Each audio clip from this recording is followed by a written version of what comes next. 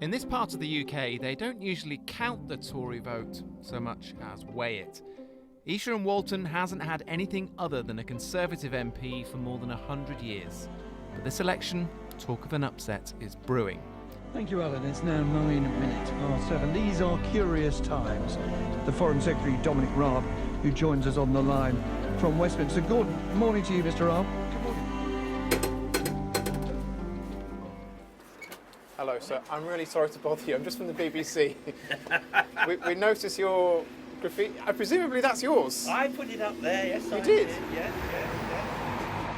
How long did that take you? I mean, that's some effort. Well, putting the ladder up and down and getting the paint and everything, about an hour, I should think. But the main thing is, I mean, this had one of the highest Remain votes in Britain. So he hasn't represented his constituents in the slightest, has he? Much has been made of the Tory strategy of targeting Labour heartlands that back Brexit. But could the focus on the levers of Workington and Wakefield cost them the support of Remainers in Walton? Hi there. Are you Christine? Hi, nice to meet you, Greg. Hello, you're right. Hello. Christine Elmer was a Tory councillor here for more than a decade, but switched to the Lib Dems following the Brexit vote. I wonder if you decided yet how you might vote?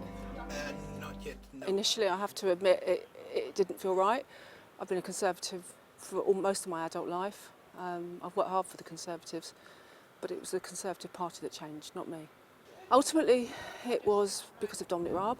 I had been to constituency surgeries with him regularly. People were saying, thank you so much, Dominic, for all the good work you do. However, I fundamentally disagree with you on Brexit. In 2017, Dominic Raab's majority here was more than 23,000, but recent polls suggest there's a chance he could lose his seat to the Lib Dems. Have you put one of these signs up before? No, we have never actually committed ourselves to this degree before, no. It's interesting, there are more Liberal Democrat signs than I have ever seen before. I mean, previous elections, how many of these signs would you see compared to now? Very few, if any. So this is what the Lib Dem canvassers are posting through people's doors around here. That is Monica Harding. She's a candidate hoping to beat Dominic Raab. More interestingly, they're also putting this through letterboxes. An important message from Esher and Walton's Conservative MP, 1987 to 2010. Ian Taylor is Dominic Raab's predecessor. And in this letter, he says, sadly, I no longer recognise the Conservative Party as it is today. And he's urging people to back Monica Harding.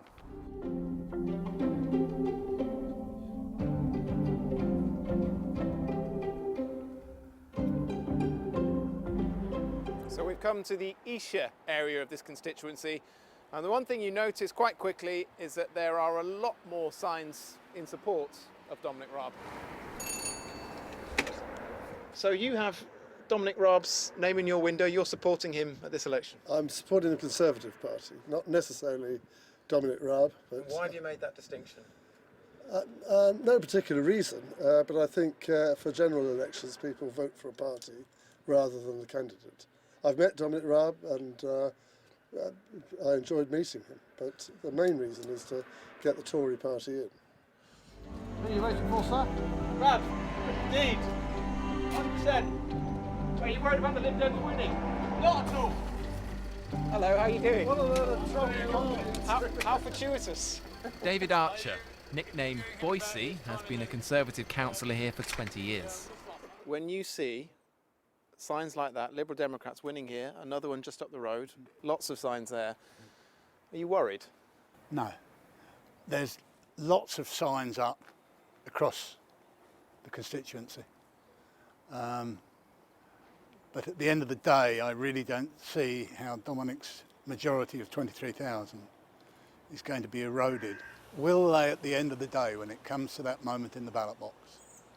I don't know. Pick Lib Dem. So you think that these are Tories who are protesting, who are Remainers, but they still, when it comes to the crunch, won't vote for the Lib Dems? That's my belief. Few people we spoke to believe the Lib Dems will actually win here next week, but the fact a seat in Surrey is even in play hints at how politics is shifting in this election.